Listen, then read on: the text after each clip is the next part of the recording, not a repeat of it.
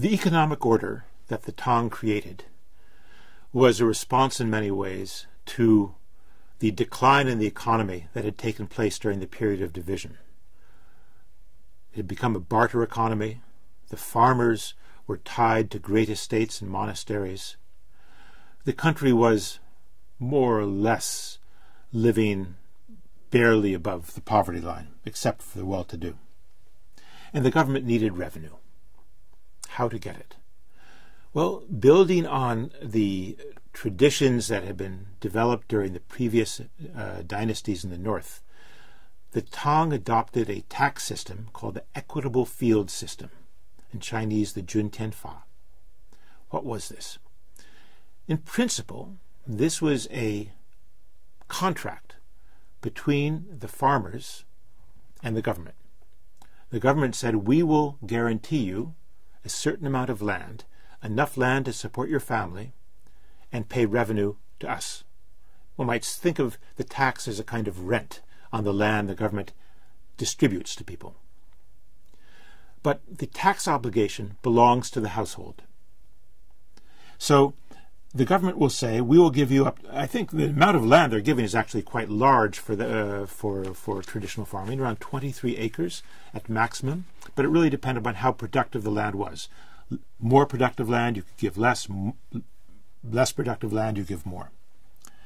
The land was given when they turned 18 years old. 18 years, by Chinese count, would be around 17 in the West today.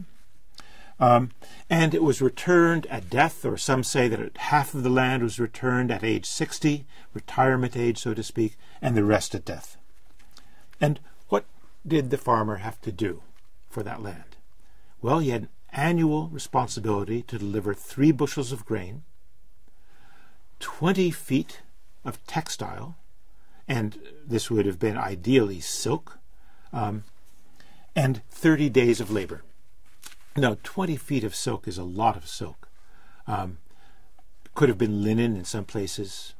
Cotton has not appeared yet. But as far as we understand, the way this would work, the people in the village would get together and produce the silk in single rolls and thus make up their allotment. Well, I've mentioned that there were great clans. How are they going to be treated? What we just find is that the government gives the great clans special allotments of land, large pieces of land. They give them this as part of their salary, thus when they're serving in office, they have land, but they also give large estates, maybe 1,500 acres, which would include, in fact, the farmers who are farming that land, to high officials. And that land can be inherited. It doesn't have to be given back. So whenever a family has a very high official, it's made it for generations to come. They give grants to religious institutions, which are tax exempt, just as the lands of the great clans are tax exempt. The government gets the wealth through its revenue through this tax system, but it redistributes the wealth as well. It redistributes it through land holdings, it redistributes it through other kinds of grants to officials and those leading the government.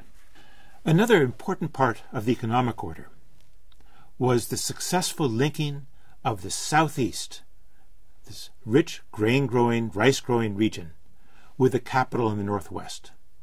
And this was done by the Sui dynasty, in fact, which built a canal that extended from the southeast, from Yangzhou, all the way into the northwest. The Sui emperor is said to have, once the canal was completed, taken a tour of the south, and that tour required 65 miles of boats to go down. What was the Tang vision of empire ultimately?